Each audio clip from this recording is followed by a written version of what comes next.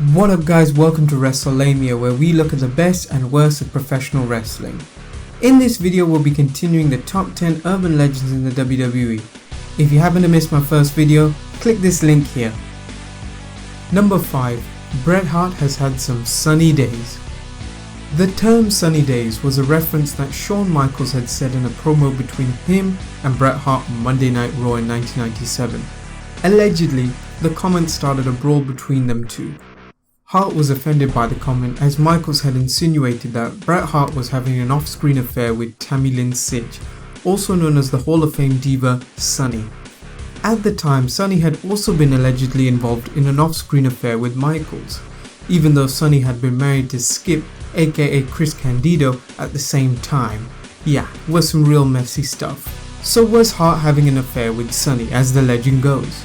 There are many photos of the couple which have surfaced online which would make you think that they were actually a couple. Hart has categorically denied any rumours that may have led with Sunny. There was no given explanation as to why Michaels had thought that the couple were having an affair at the time, so this legend may be thrown out of the water. Number 4. An overprotective Macho Man. Remember the incident between Macho Man and Hulk Hogan and how the Mega Powers exploded over jealousy rival between him and Miss Elizabeth? Well, the real Macho Man was not far off from his character. In fact, many wrestlers who worked with the company at the time, including Hulk Hogan, had mentioned that Randy would be very jealous of other wrestlers and would not want Miss Elizabeth to be around them at any time. This seems normal enough as to why you wouldn't want your wife to be around half-naked men all the time. Things had taken a turn, however, when most said that Randy used to lock her in her locker room and take the key away until he returned. This obsession had not only been at arenas but even at home. Hogan had even stated in an interview that Liz would run to him and Linda, Hogan's wife at the time, where she would seek refuge from Randy due to his obsession. So was this legend true? Not only has Hogan commented on this rumour, but many others, including legends such as George the Animal Steele and Tito Santana. George Steele also commented within an interview as to the events that led up to WrestleMania 2 between him and Savage. Despite the fact that George Steele was an out-of-shape fur beast in his mid-50s, Savage became legitimately upset about the cartoonish scenarios that played out on WWE television. When Steele carried away Elizabeth over his shoulders after a match, Savage would have a full-on nuclear meltdown backstage. It seems that this urban legend could partly be true, as many have commented over this, and it may have been one of the reasons as to why Savage and Elizabeth divorced in 1992. As for locking her at home, that can be more or less unconfirmed. Number 3. The one where Rachel dated Rey Mysterio. In the mid-90s, there was a rumour that Jennifer Aniston was dating Rey Mysterio Jr. I don't know how a rumour could be so more wonderfully bizarre and random. Ray gave a summary of it in his book Behind the Mask, and he quoted, "I remember in 1997 there were some stories going around that I was dating Jennifer Aniston. The National Enquirer even printed a story about how we were an item. I have no idea what this was about and where it came from. Maybe somebody wanted to get my name out there and started a rumour. Anyways, I thought it was funny. I even showed the story to my wife. Best coming from me, no?" So was this legend true? Seems slightly strange how this could have been published without Rey Mysterio's knowledge, and even stranger to think how Rey Mysterio and Jennifer Aniston could be in the same friend circle. Get it? In all honesty, the National Enquirer has been known to publish some really crazy, out of the ordinary stories. And for those reasons, I'm gonna say that this legend is completely false. Number 2. Kevin Sullivan killed Chris, Nancy and Daniel Benoit. 2007 was a shocking and somber year for wrestling. Wrestling fans around the world witnessed one of the most saddest tragedies to ever befall in the history of the sport. Former WWE champion Chris Benoit had murdered his wife, Nancy Benoit, and son Daniel Benoit before committing suicide himself. The story spanned an outrage throughout the wrestling world and ordered for the WWE wellness program to be re-evaluated. The final autopsy confirmed that Chris Benoit had been suffering from severe brain damage due to his untreated concussions he suffered from various in-ring bouts. Some believed that this had not been the case and put his actions down to roid rage.